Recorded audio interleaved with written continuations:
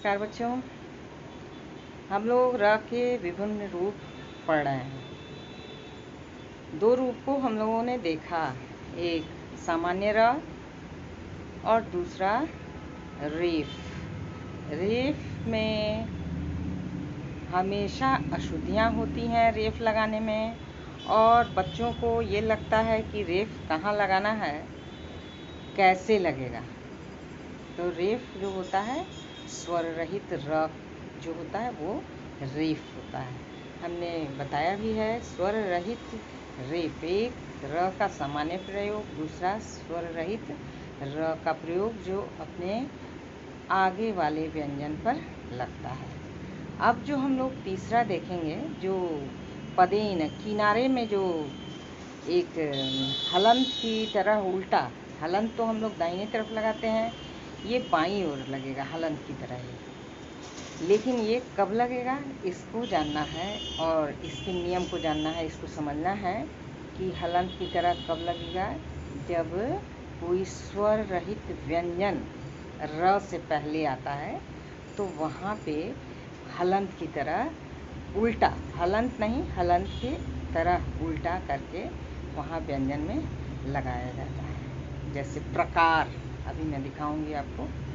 प्रकार कैसे लिखते हैं, प्रकार प्रकार र का उच्चारण हो रहा है, लेकिन व्यंजन जो है र के पहले वो स्वर रहित है, इसलिए उसके पैर में लगेगा नीचे। ठीक है, चलिए हम देखते हैं इसको।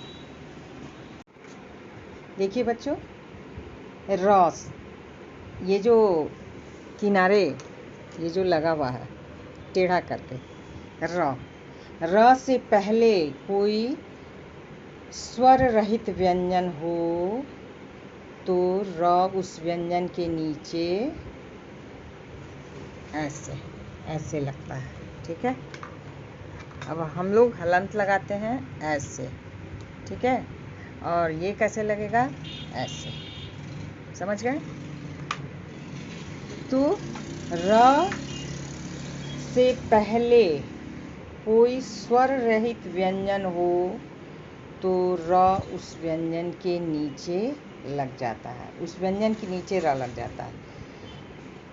स्वर रहित व्यंजन, ध्यान देंगे, इसके पहले आप पढ़ रहे थे स्वर रहित र, अभी स्वर रहित व्यंजन। र से पहले कोई स्वर रहित व्यंजन हो तो र उस व्यंजन के नीचे लगता है। ठीक है, जैसे आप देख रहे हैं ग में हलंत है लगा के, और र को हमने अलग किया है, आधा ग।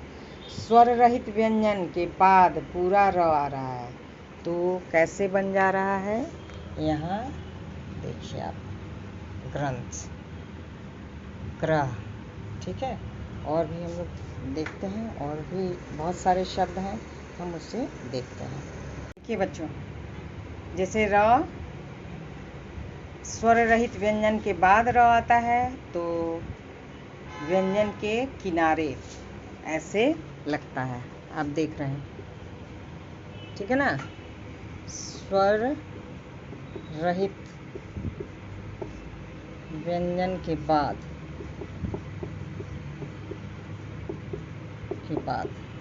ठीक है ना, र ऐसे लगता है, बाद र ऐसे लगता है।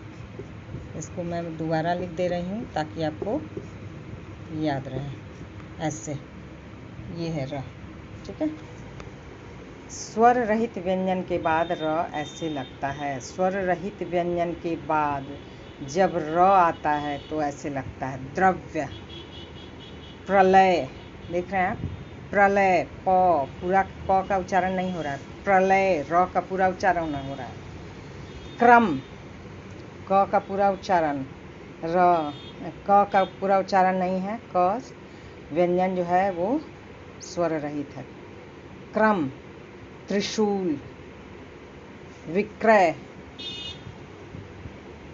प्रभात, प्रकार। ठीक है ना, तो ये आप देख रहे हैं कैसे है। र द्रव्य, क्रम, विक्रय, प्रभात, प्रकार, प्रलय, त्रिशूल। देखिए यहाँ त्रिशूल में आप कंफ्यूज नहीं होंगे। तो है त्रि, यहाँ हमने लगाया र, ये हो गया त्रि, ठीक है, ये त्रि हो गया। तो में नीचे हलंत लगा, इसको समझ रहे हैं आप। दूसरा जो नीचे र है, अब हम लोग तीसरा जो है ये, अब इसको देखते हैं कैसे। इसको आपने समझ लिया है ना कि स्वर रहित व्यंजन के बाद र का ऐसे प्रयोग होता है। आप उच्चारण करके देखिए। द्रव्य, क्रम, क्रम, क का जल्दी उच्चारण कर रहे हैं और र का देर से। क्रम, विक्रय, प का जल्दी उच्चारण, स्वर रहित प है, इसलिए इसके पैर में नीचे टेढ़ी रेखा के ऐसा र का प्रयोग होगा, ठीक है ना। चलिए यहाँ देखिए बच्चों, जो चौथा र का प्रयोग है वो ध्यान से देखेंगे।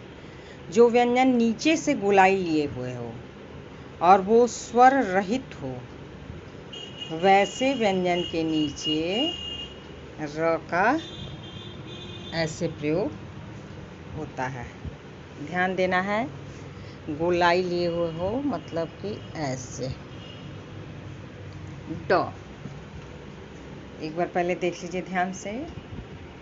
जो व्यंजन नीचे से गोलाई लिए हुए हो और वो स्वर रहित हो, वैसे व्यंजन के नीचे र ऐसे लगता है। समझ रहे हैं आप। गोलाई लिए हुए हैं, जैसे ड है, ट है, ये गोलाई लिए हुए हैं, ठीक है ना। तो उसके नीचे हम र का ऐसे प्रयोग करते हैं। अब देखिए बच्चों, हमने क्या कहा, जो गोलाई लिए हुए व्यंजन होता है और स्वर रहित होता है और उसके आगे जब र होता है तो वो ऐसे होता है। इस तरीके से र का प्रयोग होता है। ये जो र हमने दिखाया वो र यहाँ लग गया। Drum, truck, train, traffic, dress, ठीक है।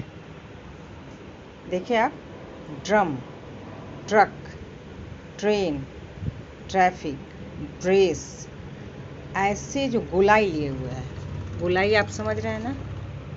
तो ये गोलाई लिए हुए हैं, प नहीं है गोलाई लिए हुए हैं, ये नहीं है, ये है गोलाई लिए हुए, ये है गोलाई लिए, समझ रहे हैं। तो इसको आप ध्यान से देखेंगे।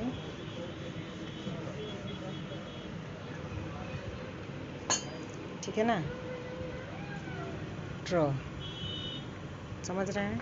ट, ड और ट दोनों गोलाई लिए हुए हैं। और जब खड़ी पाई वाला होगा, ऐसे सीधा होगा, उसमें रह करना होगा तो वो टेढ़ा, ठीक है ना। ये आप समझ रहे हैं। और ये गोलाई लिए हुए है इसमें नीचे। व्यंजन, स्वर रहित व्यंजन के आगे को जब र आता है तो सीधी रेखा वाले के, जो सीधी लाइन वाले जो व्यंजन होते हैं उसके किनारे, और जो गोलाई लिए हुए होते हैं उसके नीचे। देख रहे हैं आप, समझ गए। इसमें मुझे नहीं लगता है अब कोई परेशानी होनी चाहिए। चारों हम लोग देख लिए, चारों का प्रयोग। र का सामान्य प्रयोग, रेफ का प्रयोग, नीचे किनारे का प्रयोग, और ये गोलाई लिए हुए जो है उसका प्रयोग। बस ध्यान रखना है, रेफ में बहुत ज़्यादा ध्यान रखना है कि रेफ में गलती ना हो। रेफ हमेशा आगे वाले व्यंजन के ऊपर लगता है और स्वर रहित होता है।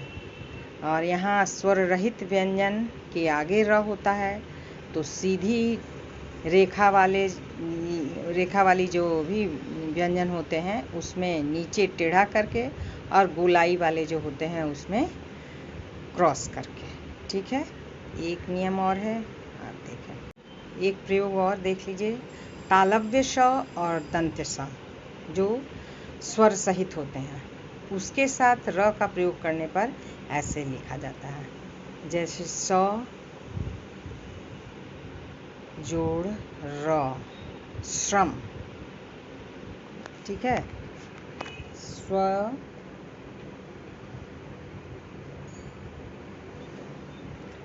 श जोड़ र, श्रम। फिर स जोड़ र, स्रष्टा। श और स के साथ र का प्रयोग होने पर ऐसे लिखा जाता है। ठीक है, श्रम, स्रष्टा, श्रमिक, बहुत सारे शब्द हैं। तो बच्चों, हम लोगों ने र के विभिन्न प्रयोगों को देखा। 4 तरह से जो र का प्रयोग होता है उसको हम लोगों ने देखा और आप लोगों ने समझा भी होगा। हमने लिख के बताया है कि कैसे 4 तरह से र का प्रयोग होता है। अब मुझे नहीं लगता है कि कहीं आपको परेशानी होनी चाहिए, क्योंकि र का सामान्य प्रयोग र का रेफ लगा के और नीचे पदेन पैर में लगा के और एक क्रॉस करके जो गोलाकार जो भी व्यंजन होते हैं उसके नीचे लगा के, ठीक है ना। अब मुझे नहीं लगता है कि कोई परेशानी होनी चाहिए, क्योंकि र एक ऐसा व्यंजन है जिसका हम 4 तरह से हिंदी में प्रयोग करते हैं। और रेफ के रूप में बच्चों में बहुत अशुद्धियाँ होती हैं, उन्हें भय रहता है कि कहाँ रेफ लगाना है, कहीं कहाँ नहीं लगाना है। इसलिए रेफ के रूप में अब आप समझ गए कि स्वर रहित र कैसे अगले व्यंजन पर लगता है। और ये भी आप जान गए कि नीचे जो किनारे करके लगता है वो भी आपने समझ लिया, और नीचे जो है गोलाकार गोलाई लिए हुए में र का प्रयोग होता है तो उसको भी आपने जान लिया।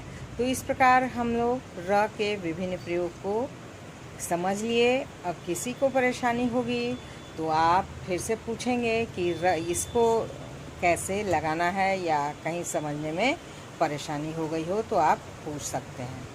ठीक है ना। और जितने रेफ वाले अभ्यास हैं, उदाहरण है, उसको खोज के निकालना है, और नीचे जो किनारे जो र लग रहा है उसको खोज के निकालना है। वैसे शब्दों को निकालना है और गोलाई वाले शब्दों को निकालना है, ताकि देख के पता चले कि आपने कैसे और भी शब्द को सीखा है और सीखना है, और कैसे हिंदी में इसका प्रयोग किया जाता है। ठीक है, मुझे लगता है अब आप समझ गए होंगे और खोज के निकालेंगे और लिख के दिखाएंगे कि और कितने तरह से रेफ का प्रयोग होता है। और रेफ लगाने में हमेशा आगे वाले व्यंजन पर लगता है। सबसे ज़्यादा अशुद्धियाँ रेफ में होती हैं, जो कि अब आप दिमाग में डाल लीजिए कि आगे वाले व्यंजन पर रेफ को लगाया जाता है। ठीक है ना। चलिए, फिर हम लोग जहाँ भी परेशानी होगी तो उसको पूछना है और व्हाट्सएप पर लिख के दिखाना है, और कुछ उदाहरण और भी हैं जो कि आपको लिख के दिखाना है। ठीक है, धन्यवाद।